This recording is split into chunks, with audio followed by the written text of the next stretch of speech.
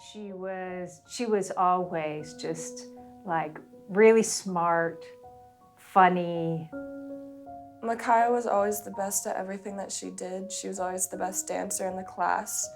She was always playing guitar or playing violin.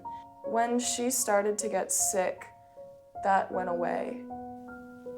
Well, I felt both panicky and powerless. Like, the panicky, like there's something that I should be doing, but how do you make somebody eat?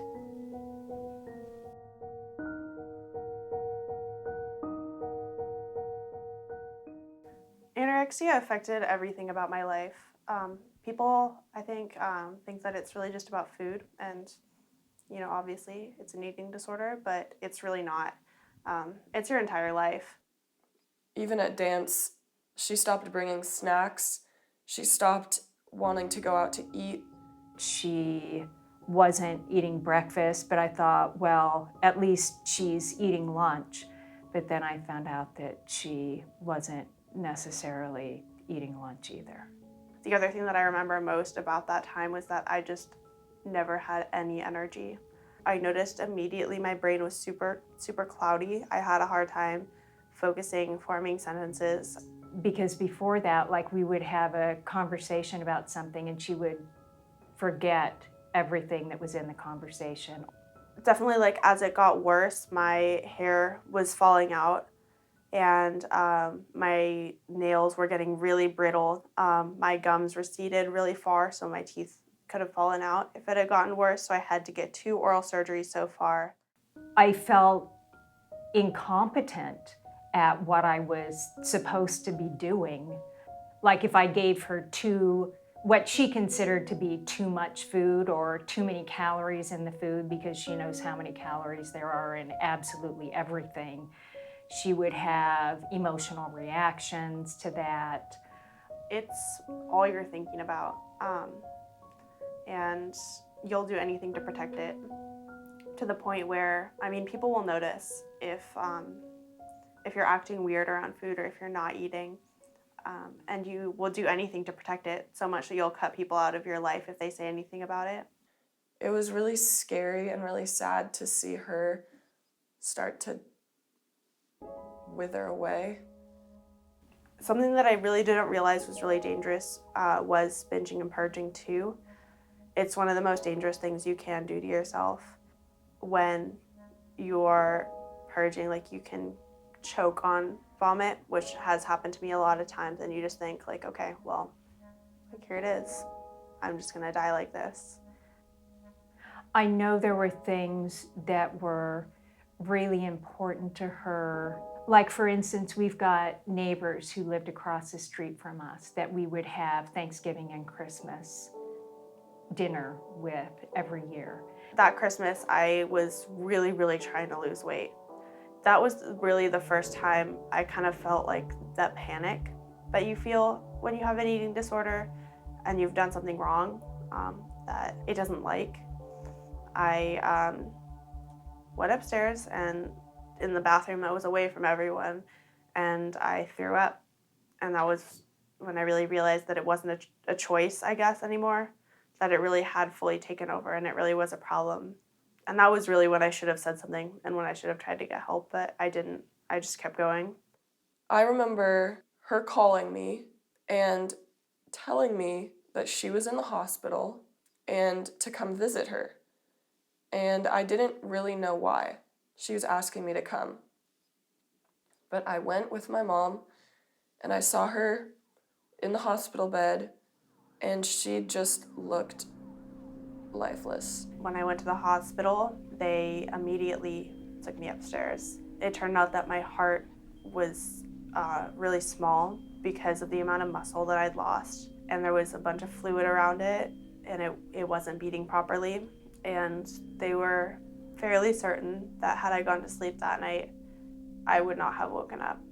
You never really expect to have to say goodbye to your friend. I had to just accept that it was all over. I had to stay there for, I believe, 5 days. The hospital that I went to was really, really kind to me. They were really nice. The room was really nice.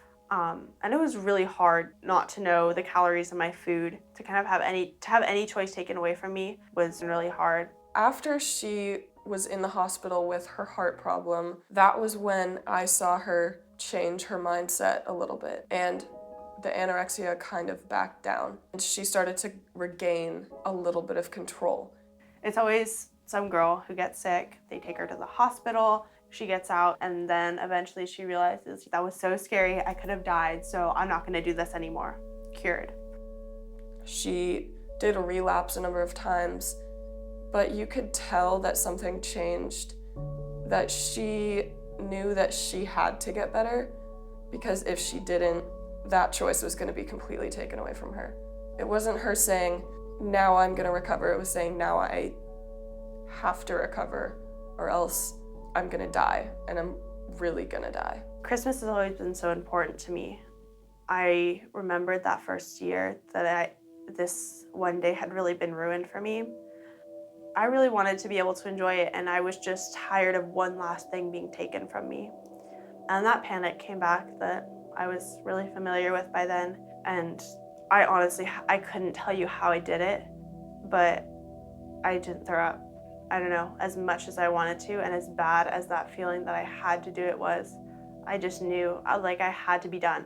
And once I actually proved to myself that I guess that I was still strong enough to make decisions for myself, that was when my recovery really started to take off. And I think that it was that one moment that gave me that first hope that I could do this. It's really scary, but you can't stop. And that's why it's so important to get professional help, is because it's not just a bad habit, and it's not normal, and it really is so dangerous, and that's something people really don't realize. It looked like it had become easier for her to accept recovery as a positive thing. I started to be a lot more open about my struggles and about my recovery. I actually started an Instagram, and I started to be really real about it.